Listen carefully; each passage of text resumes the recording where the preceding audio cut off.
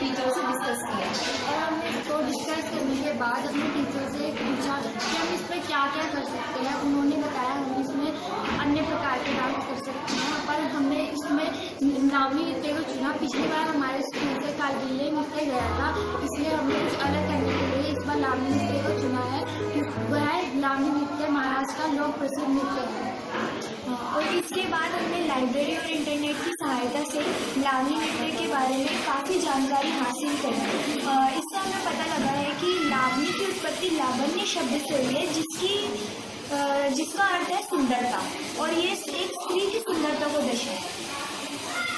लावनी पहले के ज़माने में महाराजाओं के दरबार में की जाती थी और ये स्त्री की सुंदरता को दर्शाता है। लावनी नृत्य के कई प्रकार के आभूषण तथा उसकी वेशभूषा है। लावनी में नौवारी साड़ी तथा अन्य आभूषण पहने जाते हैं, जैसे दक्षिण भारतीय नथ, कान के झुमके, कमरबंद, हार, गजरा तथा अन्य आदि आभूषण।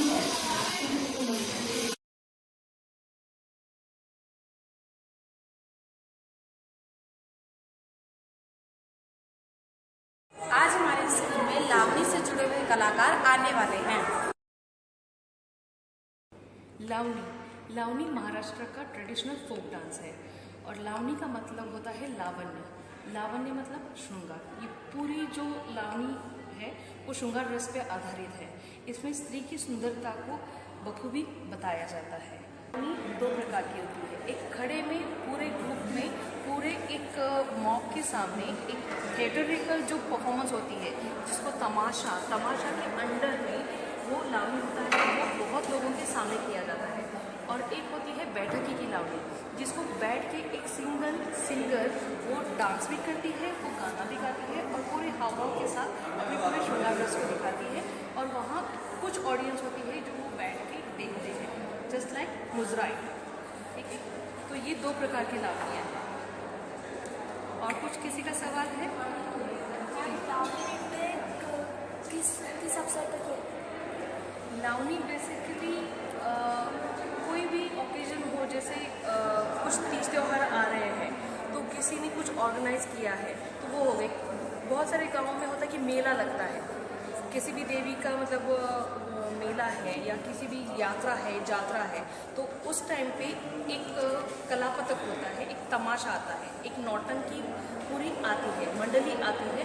तो उस मंडली में ये तमाशा के अंडर में लावनी की जाती है। तो लावनी को इस तमाशा में करने से पहले होता है गन, गौड़न, फिर आता है तमाशा। तो प्रॉपर तमाशा वो गन और गौड़न के बाद शुरू होता है। गन मतलब गणेश जी की पूजा, गणेश जी की पूजा अर्चना में गन होता है।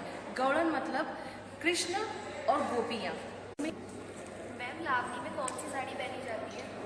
लावनी में जो साड़ी यूज़ की जाती है वो है 9 गज की होती है, उसको बोलते हैं नौवारी साड़ी। उसको पहनने का भी तरीका, जैसे जेंट्स लोग धोती पहनते हैं, नॉर्मल हम साड़ी को ड्रेप करते हैं, लेते हैं और जो आगे का प्लीट्स का पोर्शन होता है उसको डिवाइड करके जो पहली प्लेट आती है उसको हम पीछे से आगे लेते हैं एंड जो आगे की प्लेट्स होती है उसको आगे से हम पीछे लगाते हैं। तो पीछे में एक दो हमको ऐसी पट्टियाँ दिखती है, ठीक है, तो वो पोछा आता है, ठीक है, तो कासूटा बोलते हैं। जो ये साड़ी पहनते हैं इस साड़ी को बोलते हैं कासूटा साड़ी, मराठी में इसको बोलते हैं कासूटा साड़ी। नौवारी साड़ी है, नौवारी में भी